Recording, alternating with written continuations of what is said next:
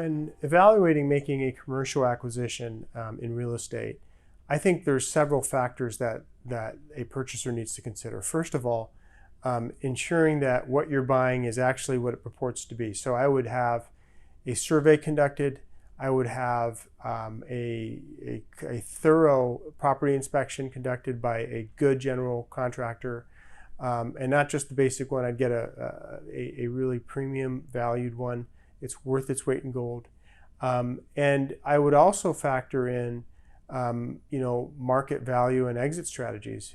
So thinking about if you were to sell the asset, when would you want to sell it and under what terms? So that should be made as part and parcel of the decision-making process. Of course, the financing component is a big component as well. Having a good financial partner behind you or bank behind you is critical to ensure that you can consummate the deal without any delays or penalties. Portfolio managers and REITs have similar needs.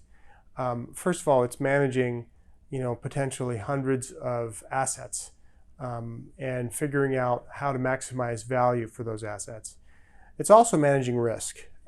Each asset is unique.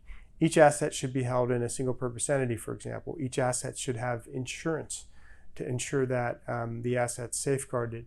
And then if it's a cash flow asset, and most of the time it is, you need to make sure that the proper people are on the ground. Good management company is handling everything.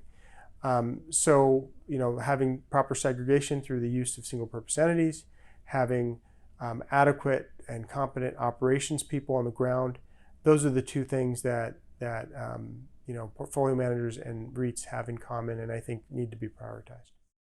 I think commercial real estate and residential real estate are unique from one another for a lot of various reasons. In the past, residential acquisitions were plagued by no asset-based transactions, no down payment-based transactions, and we saw the consequences with that market correction that occurred in 2007 through 2011, which was significant and it impacted property value. Commercial real estate, on the other hand, is much more traditional, much more conservative. There's a significant down payment required when you're acquiring commercial real estate. Typically, we're talking about income-producing properties, so the metrics evaluation of that is different. It's also a much slower transaction and more methodical. The typical commercial deal takes about 90 days to close. The typical residential deal takes about 30 days to close. And again, each has its own set of nuances and challenges.